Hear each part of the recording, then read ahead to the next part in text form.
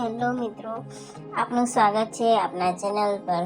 વર્ષ 2026માં ગુજરાત સરકાર દ્વારા એગ્રો સર્વિસ પ્રોવાઇડ યોજના અમલમાં છે।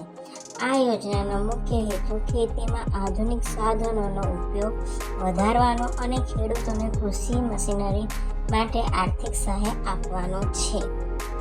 આદિજાતિ વિસ્તારમાં અંદાજે ₹8.50 લાખ સુધી સહાય મળી શકે છે। આ સહાય તો દર વર્ષ સાધનોનો પ્રકાર અને વિસ્તારથી 40થી 50% સુધીની રકમ હોઈ શકે છે। આ યોજના હેઠળ ટ્રેક્ટર સાથે ઓછામાં ઓછા 4 આધુનિક કૃષિ સાધનો ખરીદવાની શરત હોય છે। કોણ લાભ લઈ શકે છે? તો આ યોજનાનો લાભ ખેડૂતો જૂથો, સરકારી મંડળીઓ, સખી મંડળીઓ, એફપીઓ, કૃષિ ડિપ્લોમા અથવા કૃષિ સ્નાતક યુવાનો લાભ લઈ શકે છે।